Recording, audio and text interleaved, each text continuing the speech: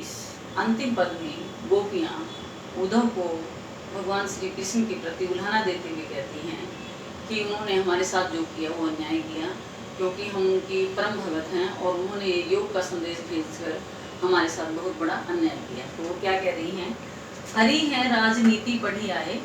भगवान श्री कृष्ण ने तो मथुरा में जाकर राजनीति की सीख ली है, अर्थात चालाकी सीख ली है, क्योंकि जो जैसे राजनेता झूठे वायदे करते हैं और वो पूरा नहीं करते, तो उसी तरह वो भी सोचती हैं कि भगवान श्री कृष्ण ने हमारे साथ वायदा किया था और उन्होंने अपनी मर्यादा का पालन नहीं किया, जो पिछले पद में हमने पढ़ा था। तो वो कह रही है कि उन्होंने राजनीति सीख ली है, अर्थात चालाकी सीख ली है।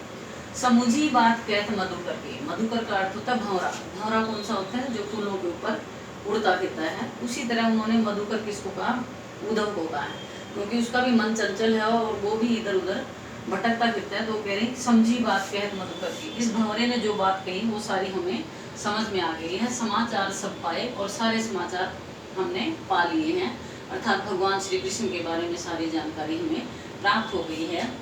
एक अति चतुर हुते पहले ही, हुते होता थे, एक तो वो पहले ही बहुत चालाक थे, कौन, श्री कृष्ण, क्योंकि उनके साथ क्या है, वो गोपियों के साथ रासलीला करते थे या खेलते थे, उनको तंग करते थे। पहले ही वो बहुत चालाक थे।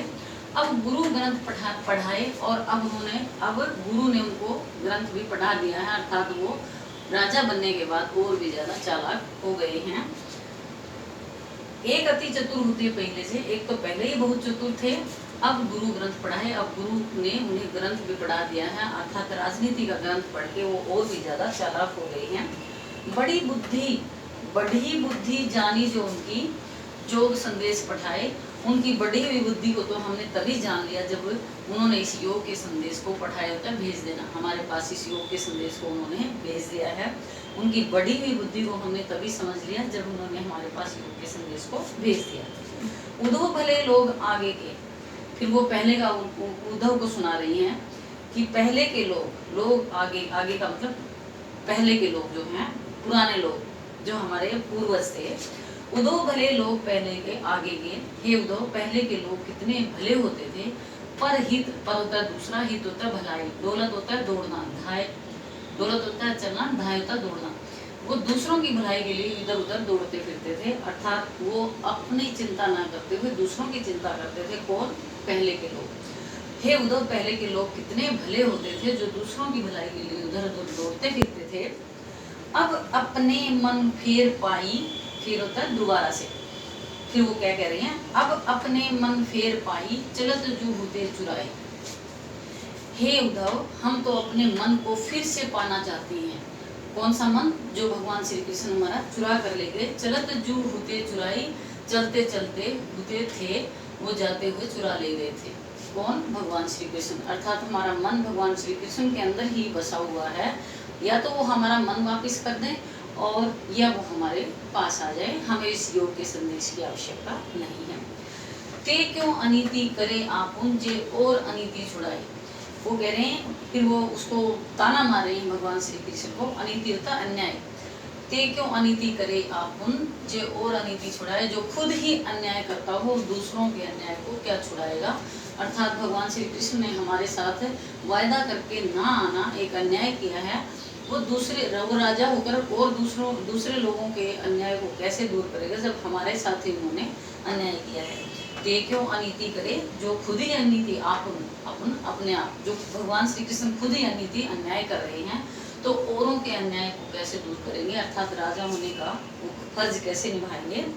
राज धर्म तो यह है, सूरदास जी कहते हैं राजा का धर्म तो यही है, जो प्रजा ने जाहि सताए, जो प्रजा को नहीं सताता। अर्थात राजा का ये धर्म होता है कि उसकी प्रजा अगर कहीं दुखी है तो उसके दुखों को दूर करें।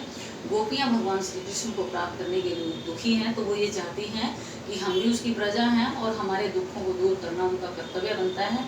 लेकिन वो तो हमें और भी ज़्यादा दुख देने को तैयार हैं, क्योंकि उन्होंने इस योग के संदेश को हमारे पास भेजकर हमारे मन को और भी अधिक दुखी कर दिया।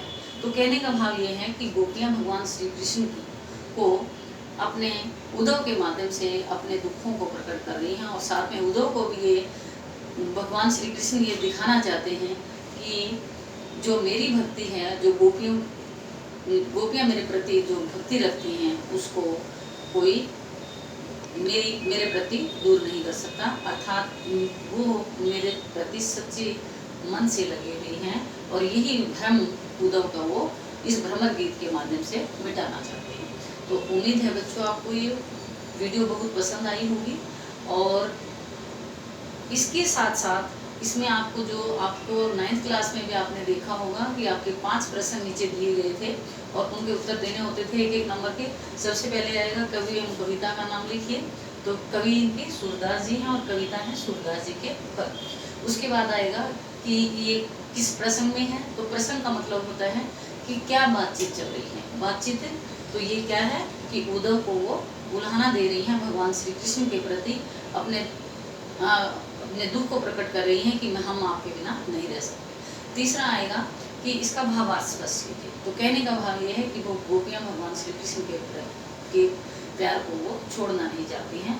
तो चौथे प्रश्न में उसका आपको काव्य सौंदर्य पूछा जाएगा, जो आपने पीछे अलंकार पढ़े थे 9वीं क्लास में, उस अलंकारों की इसकी और प्रश्न काव्य सौंदर्य में बताएंगे आप, भाषा शैली बताएंगे कि इसमें ब्रिज भाषा का प्रयोग किया गया है। सूरदास जी ने जितनी भी रचनाएं लिखी हैं वो ब्रिज भाषा में लिखी हैं।